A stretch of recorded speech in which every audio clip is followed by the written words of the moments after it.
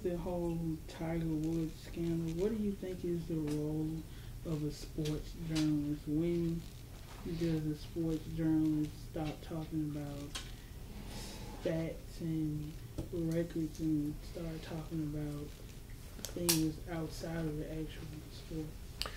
You know, if let me put it in two different categories. If a person, a man or a woman, is a columnist, then it is their opinion. And so I got no problem with them. I may not agree with it, but I don't have a problem with them speaking their piece about Tiger and the situation that occurred. If they're reporters, then they got no business talking about that, because what's private is private, and that is certainly his private life. Doesn't matter if you agree with it, if you disagree with it, or how vehemently you might disagree with it. Then you got to stay within those boundaries. If you don't, then you're in violation.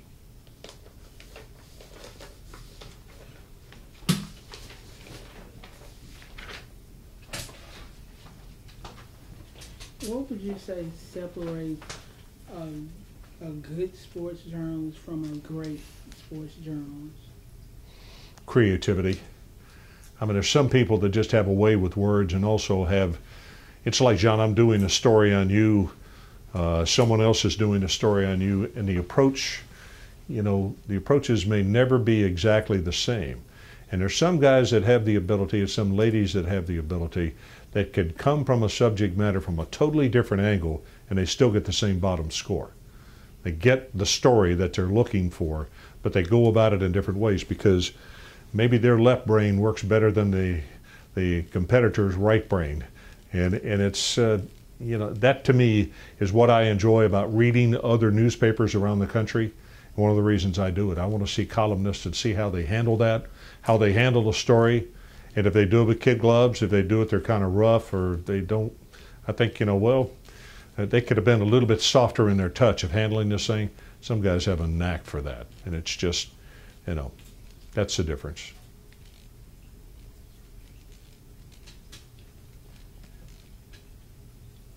When it comes to telling sports stories, what advice would you give to a journalist?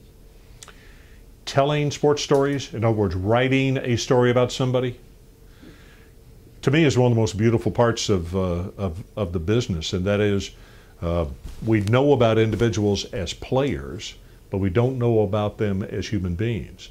And I told the story this morning that, you know, this friend of mine was the longtime head football coach at Brigham Young, and people in other parts of the world don't know quite as much about people that are out in the Western climes, but while he was there as the head coach at Brigham Young, he converted and became a Mormon.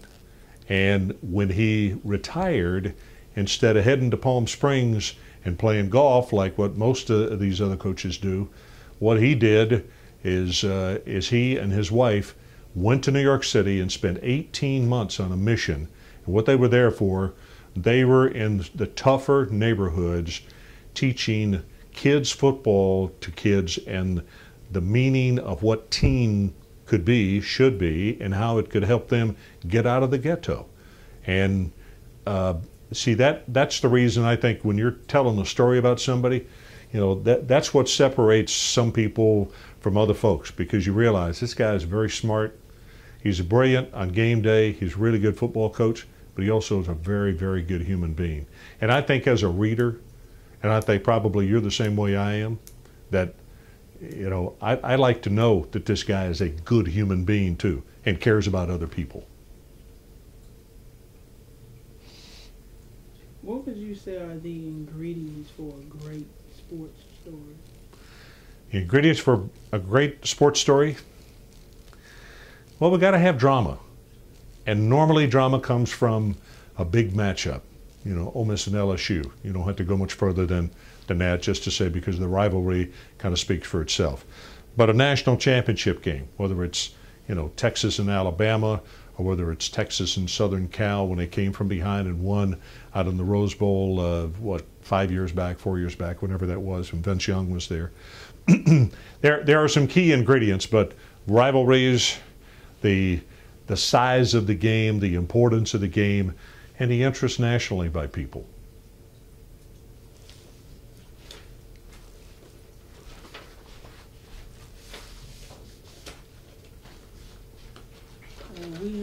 club at the journalism school, and they submitted 2 questions. Okay. The first question is, what moment or interview in your career is the most memorable?